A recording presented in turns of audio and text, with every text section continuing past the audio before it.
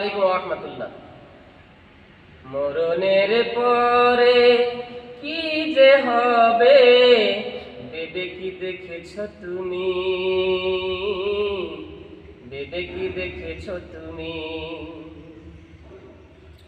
জীবনের আগে কি যে ছিলে ভেবে কি দেখেছ তুমি?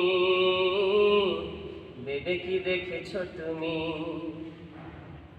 ইমানের পরে সালাত হবে ভেবে কি দেখেছ তুমি? ভেবে কি দেখেছ তুমি? মালের পরে যাকাত হবে ভেবে কি দেখেছ তুমি? ভেবে কি দেখেছ তুমি? সম্পদের পরে হজ হবে ভেবে কি দেখেছ তুমি? ভেবে কি দেখেছ তুমি?